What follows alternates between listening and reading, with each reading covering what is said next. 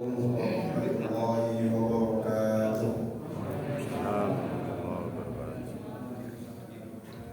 Alhamdulillah alladzi nahmaduhu wa nashkuruhu wa nasta'inuhu wa na'udzu billahi min shururi anfusina wa sayyiati a'malina. Man yahdihillahu fala mudilla lahu wa man yudlil fala hadiya lahu. Asyhadu an la ilaha illallah wa asyhadu anna Muhammadan 'abduhu wa rasuluh. Allahumma shalli wa sallim ala nabiyyina Muhammadin wa ala alihi wa sahbihi wa man tabi'ahu bi ihsanin ila yaumil qiyamah. Allahumma inna nas'aluka 'ilman nafi'a wa na'udzu bika min 'ilmin la yanfa'. Allahumma inna nas'aluka khaira ma fi hadhihi al-lailah wa khaira ma ba'da wa na'udzu bika min syarri ma fi hadhihi al-lailah wa syarri ma ba'da.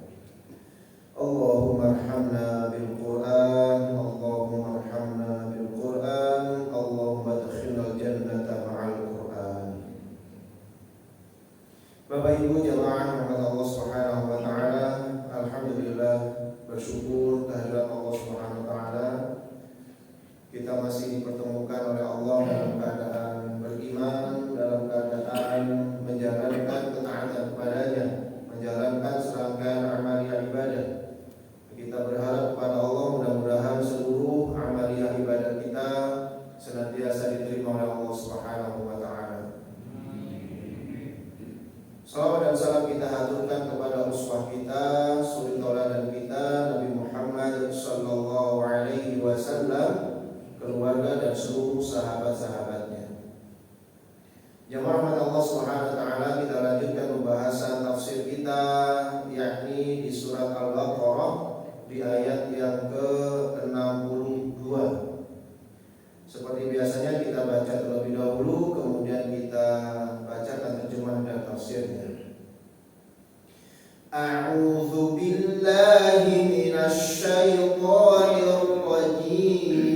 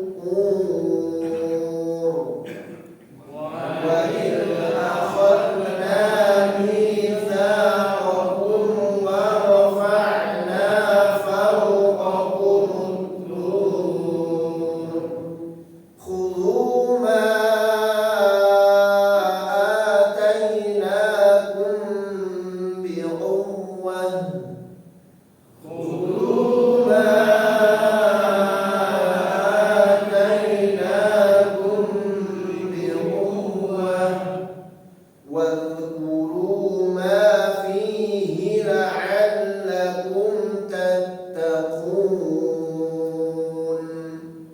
Wadhkuru ma fihi la'allakum tattaqun. Innal ladzina, sesungguhnya orang-orang yang amanu, mereka beriman, walladzina hadu, dan orang-orang Yahudi, wan nasara, dan orang-orang Nasrani, was-sabiina, dan orang-orang sabiin, man amana billahi, barang siapa yang beriman kepada Allah, wal yaumil akhiri, dan kepada hari akhir, wa amila shalihan, dan beramal salih, falahum ajruhum, maka bagi mereka balasan, inda rabbihim, di sisi Tuhan mereka, yaitu Allah Subhanahu wa taala. Wala khaufun 'alaihim, dan tidak ada ketakutan atas mereka, wala hum yahzanun, dan mereka tidak akan ditimpa kesedihan. Wa in akhadna, dan ketika kami mengambil perjanjian, mengambil mitsaqakum, perjanjian dari kalian, wa rafa'na, dan kami angkat fauqakum, ke atas kalian, apa? At-tur, gunung Tur. Khudhu ma atainakum, maka ambillah apa yang telah diberikan kepadamu, bil quwwati, dengan kuat. Wadhkuru ma fihi, dan ingat apa yang ada di dalamnya, la'allakum tattaqun, supaya kalian menjadi orang-orang yang bertakwa. Hadirin yang dirahmati Allah Subhanahu wa taala, di ayat 62 ini adalah ayat yang sangat berbahaya. Ya. Kenapa saya katakan berbahaya? Ini biasanya dipakai oleh orang-orang liberal, dipakai oleh orang-orang yang menganut paham pluralisme, yang menyatakan bahwa semua agama sama, semua agama masuk ke dalam surga. Hati-hati ini. Ya, ini biasanya dipakai. Coba kita lihat terjemahannya. Sesungguhnya orang-orang yang beriman, orang-orang Yahudi, orang-orang Nasrani, sabiin, barang siapa yang beriman kepada Allah dan hari akhir, dan beramal dengan amalan yang baik, maka bagi mereka pahala di sisi Allah. Mereka tidak akan ditimpa khauf, ketakutan, kekhawatiran, dan mereka juga tidak akan bersedih.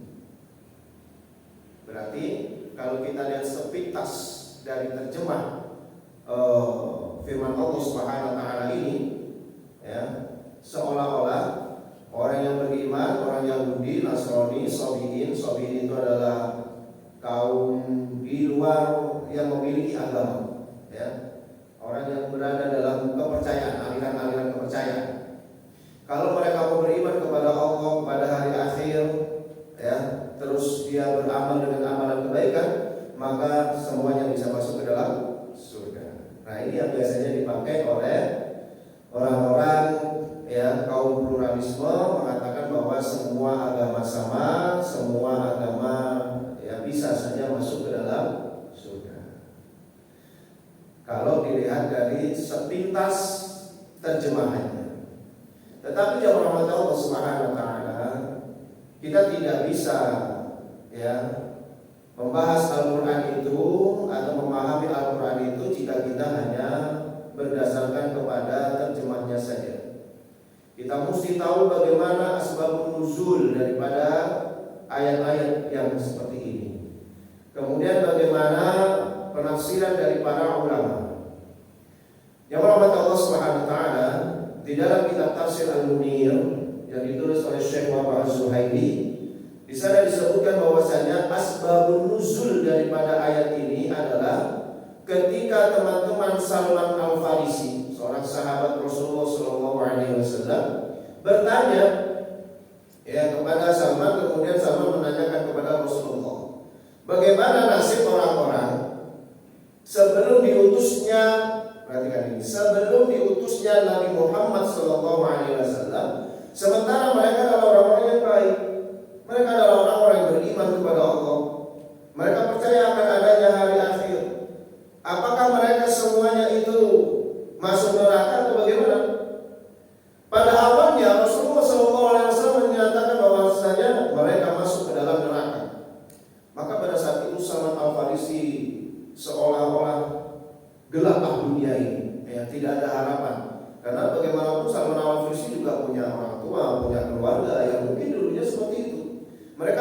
menjumpai Nabi Muhammad SAW, atau mereka belum sempat terdakwahi oleh Nabi Muhammad SAW, karena Salman Al-Farisi adalah orang Persia.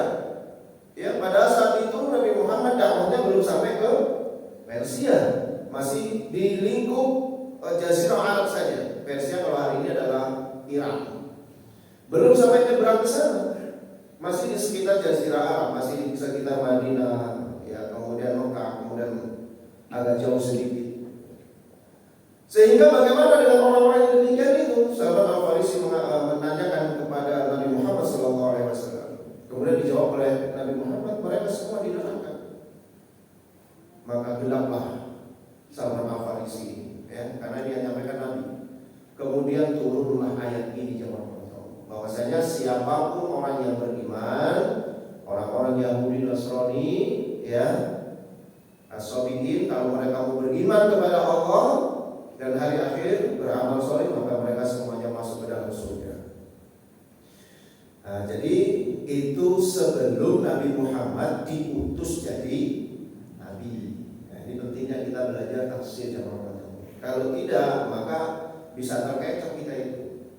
Bahwa semuanya, ya, semuanya orang beriman kan berarti kita ini juga orang beriman. Orang Yahudi, Nasrani. Nah, kalau dibawa konteks hari ini, misalnya ini orang-orang beraliran jaringan Islam liberal misalnya, atau pluralisme, dia mengatakan bahwasanya ya semua agama sama. Buktinya apa? Di Al-Quran disebutkan sama, orang beriman, orang Yahudi, Nasrani semuanya bisa masuk surga. Ya, pokoknya dia berbuat kebaikan saja. Padahal tidak demikian maksud daripada ayat ini. Coba kita lihat kalimat Allah Taala dalam ayat ke-62 ini tafsirnya. Innal mu'minina min hadhil ummah. Sesungguhnya orang-orang beriman pada umat ini. Ya, umat ini, umat kita yang sekarang ini. Saddaqu billahi wa rusulihi. Ya, mereka ini adalah orang-orang yang membenarkan Allah dan Rasul-Rasulnya. Wa rusulihi jamak, ya, bentuk jamak dari Rasul. Nah, kalau Rasul itu bentuknya mufrad, satu Rasul. Tapi kalau bentuknya Rusul, yaitu jamak, bentuknya banyak. Wa rusulihi dan Rasul-Rasulnya. Wa amilu bi syar'ihi, dan beramal dengan syariatnya.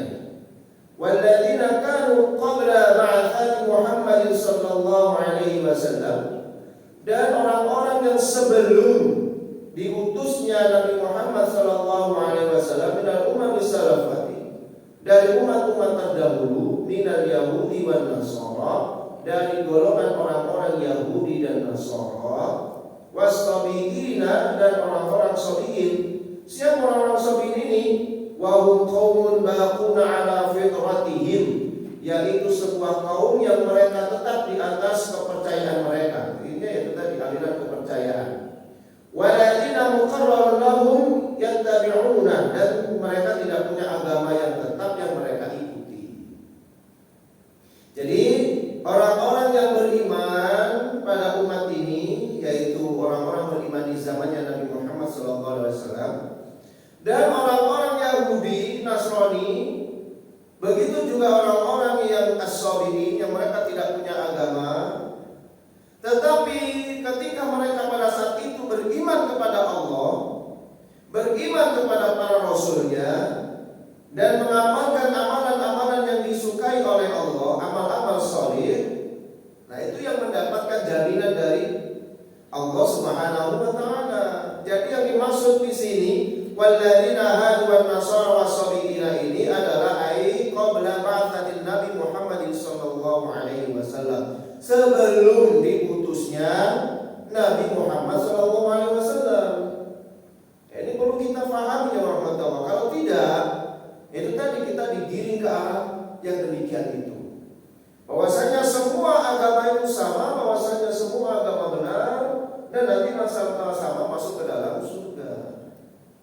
Ya, ini yang selalu didengung-dengungkan oleh orang-orang liberal. Padahal maksud daripada ayat ini tidak begitu. Maksudnya adalah ini menjawab permasalahan-permasalahan terhadap orang-orang yang ketika sebelum datangnya Nabi Muhammad SAW mereka sudah beriman. Kan sebelum Nabi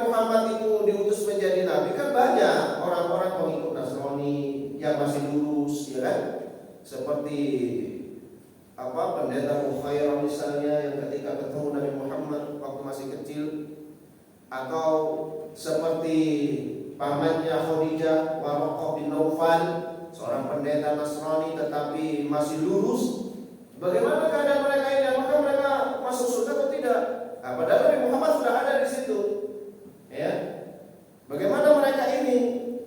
Dan Nabi Muhammad menjadi nabi kan waktu mendapatkan wahyu Iqra bismi rabbikal ladzi khalaq, itu adalah penanda bahwa beliau menjadi nabi. Waraqah bin Naufal pada saat itu masih Nasrani, Pak. Dan dia tahu kan ketika Khadijah membawa Nabi Muhammad yang waktu itu sangat ketakutan, kedinginan, shock beliau, tiba-tiba didatangi oleh makhluk yang tinggi besar di gua sendirian dalam keadaan gelap gulita, ya, pulang dalam kondisi berkeringat dingin, kemudian diajak oleh Khadijah kepada paman beliau bernama Waraqah bin Naufal yang buta pada saat itu. Waraqah mengatakan bahwasanya, ya, engkau adalah Nabi Allah. Maka semua nabi-nabi didatangi oleh malaikat Jibril, dan suatu saat engkau akan diusir oleh kaummu. Ini berarti Waraqah tahu bahwa Nabi Muhammad saat itu sudah menjadi nabi. Tapi Waraqah dalam kondisi masih Nasrani. Apakah kondisi seperti Waraqah dan yang lain-lainnya, ya, mereka ini ke neraka atau ke surga? Ini jawabannya di sini. Selama orang-orang itu beriman kepada Allah, mempercayai terhadap rasul-rasulnya, rasul yang diturunkan di tengah-tengah mereka, dan kemudian mereka beramal sholih, maka mereka semua masuk surga. Kita bisa bayangkan, Pak, jarak antara Nabi Isa kepada Nabi Muhammad ini jaraknya 500 tahun. Ya, bukan waktu yang singkat itu. Jaraknya luar biasa, apalagi Nabi Isa pada saat itu hanya menyebarkan agama di sekitar Bani Israel, karena setiap nabi itu hanya diutus untuk bani-baninya saja, untuk kaumnya saja. Sehingga kita bisa bayangkan bagaimana agamanya orang-orang Mekah yang bukan Bani Israel. Ya, pada saat itu Mekah adalah keturunan Ismail dari satu istri yang lain daripada Nabi Ibrahim alaihissalam. Kalau Israel, Bani Israel kan dari keturunan Nabi Yakub. Nabi Yakub ke atasnya adalah Nabi Ishak. Nabi Ishak ke atasnya adalah Nabi Ibrahim. Jadi dari sebelahnya Ishak anaknya Sarah, Ismail anaknya Hajar. Ya. Dari klan sini turunlah nabi-nabi. Terakhir adalah Nabi Isa alaihissalam. Lagi Nabi Isa dengan Nabi Muhammad jaraknya 500 tahun.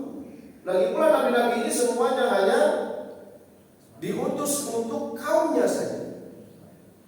Begitu pula dengan Nabi Isa alaihissalam. Dia hanya diutus untuk kaumnya saja, yaitu Bani Israel. Nah, bagaimana dengan orang-orang Mekah yang mereka ini tidak mengikuti agama Yahudi, tidak mengikuti agama Nasrani? Di antara mereka ada yang kukuh di atas milah Ibrahim, karena memang mereka adalah keturunan Nabi Ismail, di mana Nabi Ismail mengajarkan, ya, atau menyebarkan agama Nabi Ibrahim alaihissalam. Kemudian diseraplah oleh orang-orang Quraisy pada saat itu, ya, sampai kemudian mereka juga melakukan kesyirikan. Tetapi di tengah-tengah mereka itu masih ada orang-orang yang tetap beriman kepada Allah. Ini juga menjawab bagaimana dengan masa fatrah. Masa fatrah itu masa kekosongan Nabi, yaitu jarak antara 500 tahun tadi itu setelah diutusnya Nabi Isa alaihissalam sampai diutusnya Nabi Muhammad sallallahu alaihi wasallam ini. Ya, jarak dari 500 tahun lebih ini, bagaimana dengan orang-orang ini? Ini adalah masa fatrah. Termasuklah bagaimana kondisi orang tua daripada Nabi Muhammad SAW. Bagaimana dengan orang tuanya Nabi Muhammad SAW? Kan gitu. Karena beliau ada di masa fatrah, masa kekosongan diutusnya Nabi. Kalau hari ini kita bisa disebut masa fatrah atau tidak? Tidak, ya. Karena sudah tidak akan ada nabi. Ya.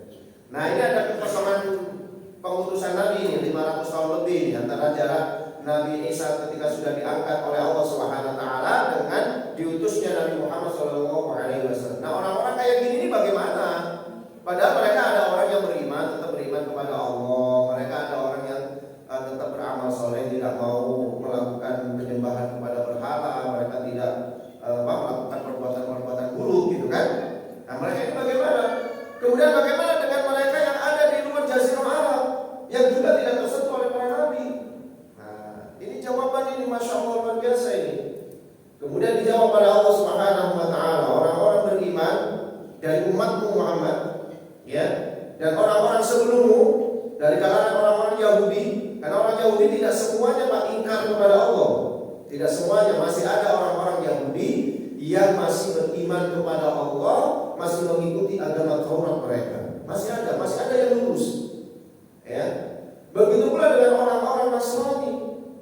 Di antara mereka memang banyak yang melakukan perubahan-perubahan terhadap kitab-kitab mereka.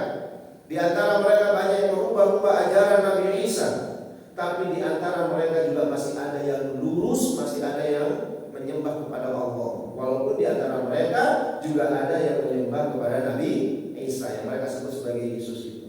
Tetapi di antara mereka masih ada orang-orang yang beriman di zaman itu. Jadi konteksnya ini adalah untuk zaman sebelum diutusnya Nabi Muhammad SAW, atau ketika Nabi Muhammad SAW masih belum diperintahkan untuk dakwah secara terang-terangan. Karena periode dakwah Nabi Muhammad itu ketika di Mekah ada dua. Ada periode dakwah sembunyi-sembunyi dan ada periode dakwah terang-terangan. Ya. Walau bin Nawfal ini hidup ketika Nabi Muhammad pada saat itu dakwahnya masih sembunyi, ya. Sementara nanti ketika terang-terangan walaupun sudah nggak ada.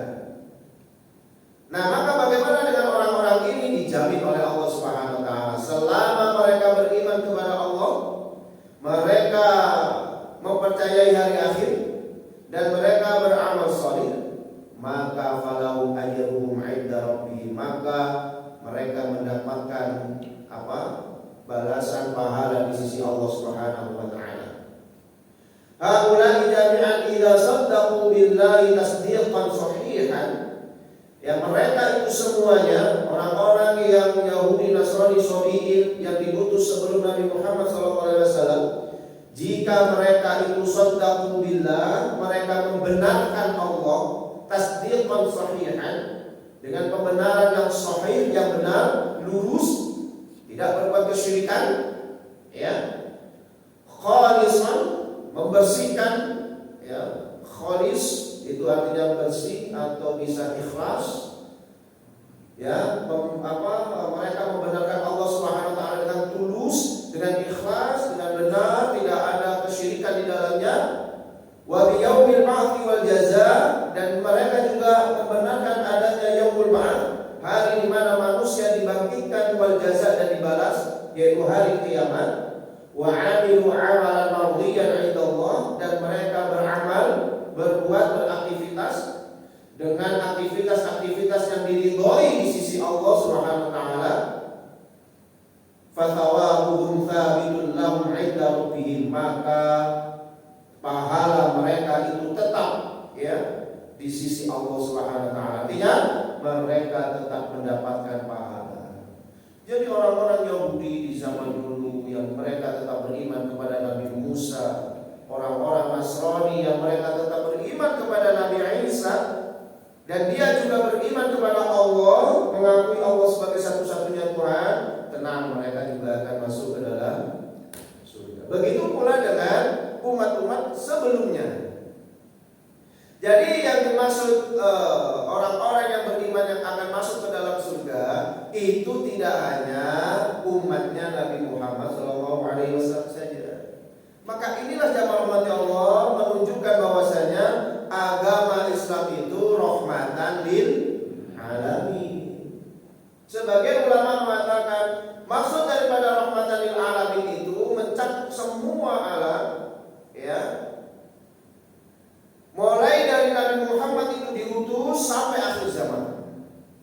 Tetapi ada yang mengatakan juga ini merahmati umat-umat sebelumnya. Sehingga makanya disebutkan di dalam Al-Quran ini bahwa orang-orang sebelumnya selama mereka beriman, beramal solih, dan mereka itu mempercayakan adanya hari akhirat, maka mereka semuanya masuk ke dalam surganya Allah Subhanahu wa taala. Merahmati umat-umat terdahulu. Ini hebatnya Nabi Muhammad. Maka nanti kita juga akan menjadi saksi, ya, bagi umat-umat terdahulu. Nah, hadirin rahmat Allah Subhanahu wa taala, syaratnya adalah mereka harus beriman kepada Allah. Kemudian pertanyaannya, kenapa harus beriman kepada Allah dan hari akhir? Di mana letak Rasulnya? Kenapa mereka tidak juga diminta untuk beriman kepada Rasulnya? Karena sesungguhnya jemaah Allah, ini namanya, ya, kalimat ini disebut kalimat ringkas, tetapi maksudnya menyeluruh. Di dalam bahasa Arab itu sudah biasa yang demikian itu. Kalimatnya ringkas, tapi maksudnya adalah menyeluruh. Ya. Maksudnya di sini kalau orang itu beriman kepada Allah, maka konsekuensinya juga harus beriman kepada yang diutus oleh Allah. Gitu maksudnya. Ini juga sering disampaikan bahwa tidak harus orang itu beriman kepada Nabi Muhammad katanya. Karena di dalam Al-Quran itu hanya disebutkan pokoknya orang itu beriman kepada Allah, terus yakin kalau ada hari akhirat, beramal soleh sudah cukup. Maka mereka itu bisa masuk ke dalam surga walaupun mereka tidak beriman kepada Nabi Muhammad. Ini bahaya ini. Ini selalu digembar-gemborkan oleh orang-orang liberal. Orang-orang plural di sini selalu disampaikan demikian. Padahal tidaklah demikian. Maksud daripada man amana billahi, ya, barang siapa beriman kepada Allah, berarti konsekuensinya kalau orang itu beriman kepada Allah, satu, pasti dia mengamalkan syariat yang diturunkan oleh Allah. Namanya percaya, iman. Ya. Kemudian yang kedua, pasti dia juga harus beriman kepada orang yang diutus oleh Allah, yaitu para nabi dan para rasul. Yang ketiga, dia harus menjalankan kitab yang diturunkan oleh Allah. Itu konsekuensi sudah namanya. Ya, sama kalau kita masuk ke sebuah lembaga sekolah misalnya. Kalau sudah kita masuk ke situ kan tidak hanya sekedar masuk, berarti kita harus mengikuti semua aturan yang ada di dalam sekolah itu. Ya, pakai seragam gini, harus datangnya jam sekian dan seterusnya. Itu ya. Begitu pula ketika seseorang itu beriman kepada Allah, maka konsekuensinya adalah yang demikian itu tadi. Dia harus beriman kepada Allah, beriman kepada orang yang diutus oleh Allah, kemudian beriman kepada kitab yang diturunkan oleh Allah, kemudian beriman menjalankan, ya, syariat atau aturan-aturan yang sudah diturunkan ditetapkan oleh Allah Subhanahu wa taala. Itu namanya orang beriman kepada Allah. Kemudian kenapa kalau kemudian digandeng dengan wal yaumil akhir? Karena jemaah Allah, ada orang-orang yang beriman akan adanya Tuhan, ada orang-orang beriman akan adanya Allah, tapi tidak percaya dengan hari kebangkitan. Mereka menganggap bahwa kehidupan itu cukup di dunia saja, tidak ada urusan dengan akhirat. Ya, dunia itu yang cukup di dunia saja, nggak ada urusannya dengan akhirat. Ya, maka di sini disebutkan ini menjadi penegas namanya. Ya, walaupun orang itu beriman kepada Allah, bahkan mungkin juga mereka beramal soleh, tapi kalau tidak mempercayai hari akhirat, tetap mereka tidak akan bisa masuk ke dalam surga, bisa paket namanya. Jadi kita tidak boleh ada keraguan sedikit pun terkait hal itu. Maka kemudian kalau mereka melakukan seperti itu, wala khaufun 'alaihim bima yastaqbalunahu min amril akhirah. Mereka maka tidak ada ketakutan atas mereka terhadap urusan-urusan akhirat mereka. Ya. Mereka tidak ada keraguan sudah. Mereka tidak ada ketakutan, kekhawatiran, ya, bahwasanya mereka akan masuk ke dalam akhirat. Urusan akhirat mereka enggak usah khawatir, dijamin oleh Allah. Wala hum yahzanuna 'ala ma fatahu min umuri dunya, dan mereka juga tidak ada kesedihan ketika mereka meninggalkan dari urusan-urusan dunia mereka. Karena sebagian orang-orang Yahudi dan Nasrani pada saat itu, dan juga orang-orang Quraisy, ketika mereka ingin beriman kepada Nabi Muhammad SAW, mengakui bahwasanya Nabi Muhammad juga adalah utusan Allah yang terakhir, maka mereka masih memikirkan, bagaimana dengan urusan dunia saya nanti? Jangan-jangan kalau dulunya saya menjadi orang terkenal, misalnya jadi pimpinan pasukan atau pemimpin kaum, kemudian kalau masuk Islam tiba-tiba saya menjadi budak misalnya, Jadi mereka beranggapan bahwa Nabi itu seolah-olah seperti raja. Kalau raja itu menyerah kepada raja yang lain, pasti dia akan menjadi jajahannya, kan gitu ya. Nah, menjadi budaknya jadinya. Mereka berpikiran seperti itu. Terus bagaimana dengan harta saya? Karena biasanya raja itu atau sebuah negara atau sebuah kerajaan kalau menguasai kerajaan yang lainnya pasti diambil ya orangnya, ya harta kekayaannya dan seterusnya. Nah, mereka beranggapan Nabi Muhammad itu seperti itu. Sehingga mereka khawatir kalau saya masuk Islam jangan-jangan saya nanti jadikan budak. Yang pertama, padahal saya adalah pemimpin kaum. Jangan-jangan kalau saya masuk Islam nanti harta saya diambil dirampas. Saya jadi miskin jadi nanti. Maka disinilah kemudian Allah Subhanahu Wa Taala memberikan jaminan kepada mereka, walahum yahzan, dan mereka tidak bersedih dari urusan dunia mereka. Walau yazanuna ala ma fatau min umuri dunia, mereka tidak ada kesedihan atas apa yang mereka tinggalkan dari urusan dunia mereka. Kemudian rahmat Allah Subhanahu Wa Taala, lanjutan daripada tafsir ini, wa amma ba'da ba'atsatu Muhammad sallallahu alaihi wasallam khataman lin-nabiyyin wal mursalin ila an-nasi kafatan, dan adapun ketika setelah Nabi Muhammad sallallahu alaihi wasallam diutus menjadi nabi, ya, penutup bagi para nabi dan para rasul kepada manusia seluruhnya, fala yaqbalullahu min ahadin dinan ghairu ma jaa bihi wa huwa al-Islam, maka Allah tidak menerima lagi, ya, satupun agama kecuali yang telah datang kepada mereka, yaitu Islam. Nah, ini disinilah kemudian kita memahami bahwasanya yang dimaksud, ya, Yahudi, Nasrani, Sabi'in yang beriman kepada Allah itu sebelum diutusnya Nabi Muhammad. Ketika Nabi Muhammad sudah diutus dan sudah diwajibkan atas Nabi Muhammad untuk dakwah terang-terangan, maka semua agama sudah tidak lagi diterima oleh Allah Subhanahu Wa Taala kecuali mereka berikrar untuk masuk ke dalam Islam.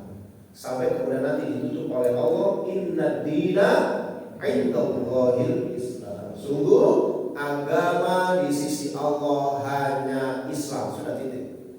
Ya, jadi itu terjemahnya bukan agama yang paling benar di sisi Allah adalah Islam, bukan. Ya, kalau agama yang paling benar berarti ada yang benar, ya.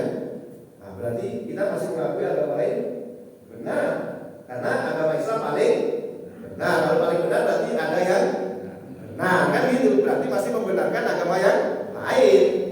Enggak, dalam Islam enggak kayak gitu. Dalam Islam itu inna dina, sesungguhnya agama, satu-satunya agama indallahi, di sisi Allah adalah Islam. Selesai. Jadi bukan agama yang paling benar, agama yang benar, tidak. Agama di sisi Allah hanya Islam saja, udah titik. Yang lainnya enggak ada. Kenapa? Karena agama apapun harus merujuk kepada Islam. Dia harus ikrar masuk ke dalam Islam. Nah, ini buktinya tadi. Ya, ini buktinya tadi. Nah, jadi jamaah Allah Subhanahu Wa Taala, kita sudah bisa menjawab, ya, kalau ada syubhat-syubhat, ya, ada syubhat-syubhat, ada provokasi, ya, dari orang-orang liberal, mungkin ada orang-orang pluralisme misalnya mengatakan bahwa semua agama benar, semua agama sama-sama masuk surga nantinya, hanya saja berbeda cara mereka untuk menunjukkan ibadah mereka kepada Tuhan misalnya.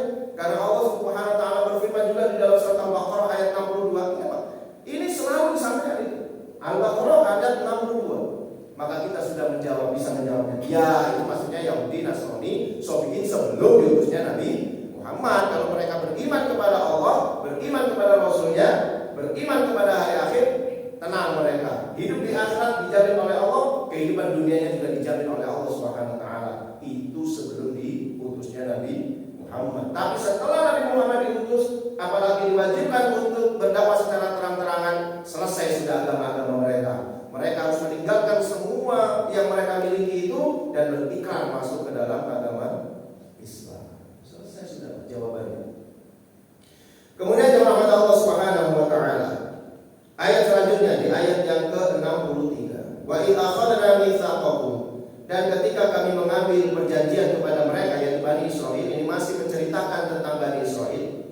Wa rafa'na fawqakum tur, dan kami angkat gunung Tursina di atas mereka. Itu luar biasa, Pak. Jadi ketika mereka diambil sumpah itu kemudian gunung Tursinan diangkat di atas mereka. Ya mungkin ini juga menginspirasi orang-orang Indonesia, Pak ya.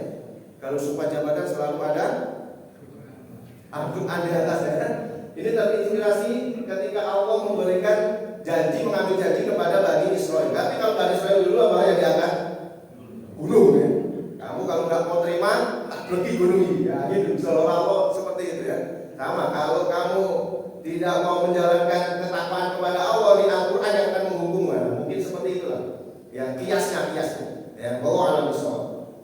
Tapi ini yang terjadi seperti itu. Khudhu ma atainakum biquwwah. Ambil apa yang didatangkan kepadamu, artinya Taurat itu dengan sungguh-sungguh, biquwwatin dengan sungguh-sungguh.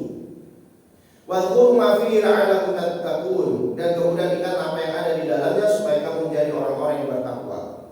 Wadhkur ya Bani Israil hina akhadna al-'ahda al-mu'akkad minkum bil imani billahi wa ifradihi bil ibadah.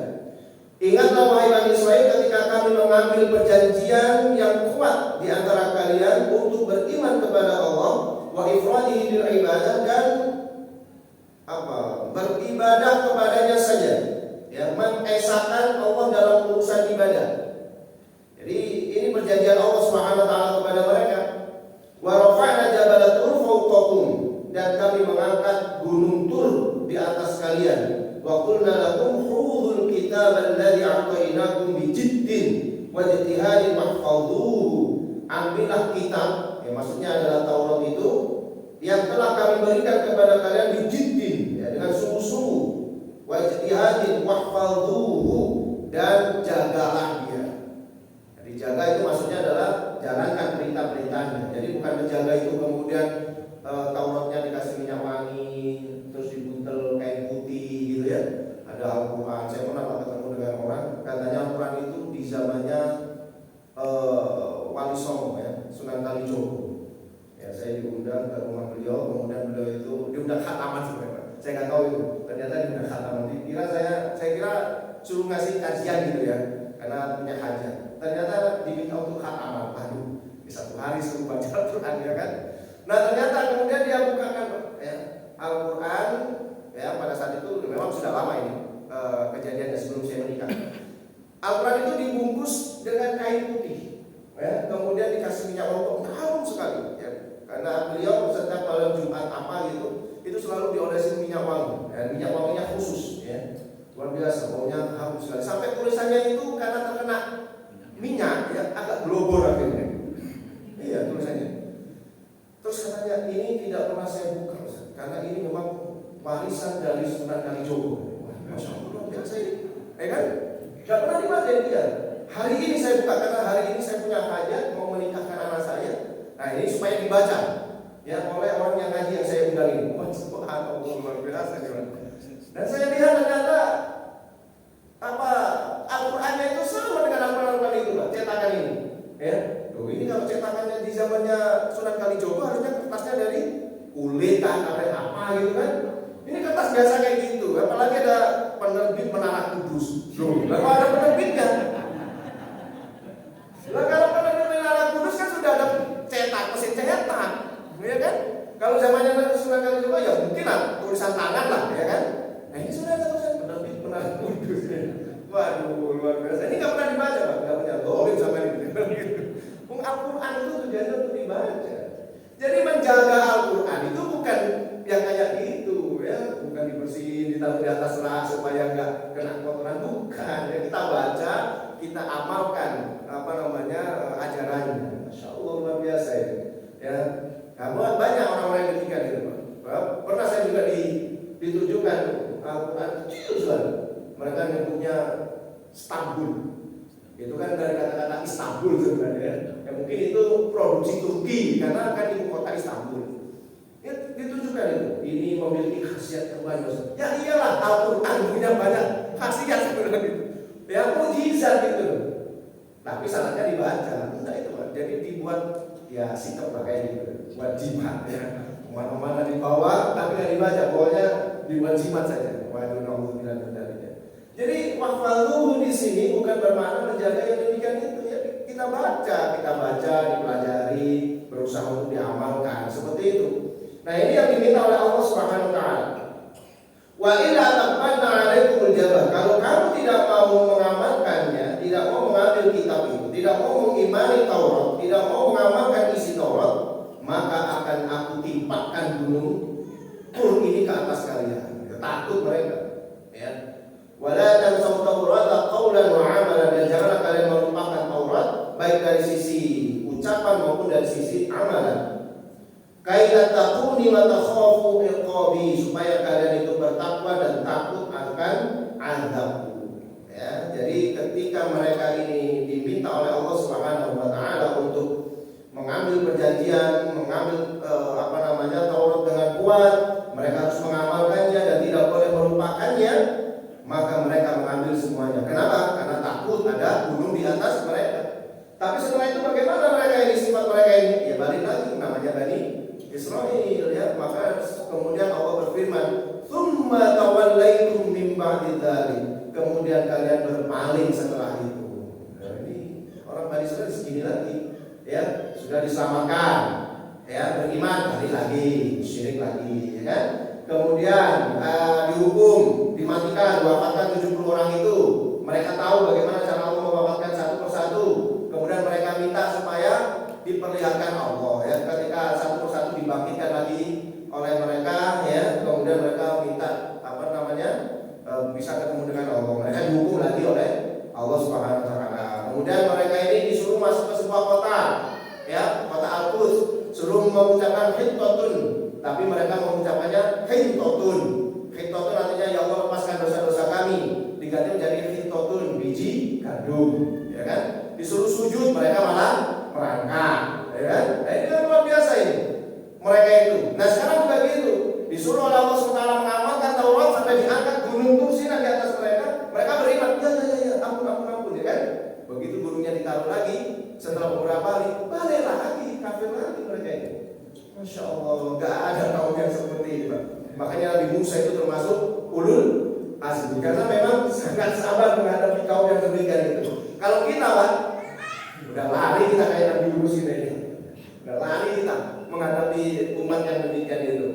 Ya mereka kemudian berpaling, ya, ketika mereka sudah demikian itu, mereka berpaling setelah kejadian itu. Tapi kata Allah Taala, "Falaula fadlullahi 'alaikum wa rahmatuhu," kalaulah bukan karena Allah sayang kepada kalian, kalaulah bukan karena fadilah Allah, keutamaan Allah dan kasih sayang Allah, la kuntum minal khasirin, sungguh kalian akan menjadi orang-orang yang rugi. Jadi walaupun mereka berbuat demikian itu, tetap oleh Allah Subhanahu wa taala mereka itu masih diberikan kasih sayang. Ini luar biasa Allah, ya. Padahal Bani Israil itu sudah melakukan pelanggaran yang demikian. Jadi rahmat Allah Subhanahu wa taala banyaknya yang sudah kita dapatkan dari firman Allah Subhanahu wa taala ini. Yang jelas adalah kita sudah mendapatkan jawaban di ayat yang ke-62 ini, bahwa tidak benar bahwa agama semua itu benar, tidak, ya. Agama itu tidak benar, bahwa tetap orang-orang yang beriman kepada Allah, Rasulnya dan hari akhir, yaitu orang-orang yang muslim saja yang akan dimasukkan oleh Allah ke dalam surganya. Dan juga orang-orang sebelum diutusnya Nabi Muhammad, selama mereka adalah orang-orang yang beriman, beramal salih, percaya terhadap hari akhir, mereka juga ada jaminan masuk ke dalam surganya Allah Subhanahu wa taala. Demikian yang Allah yang bisa kita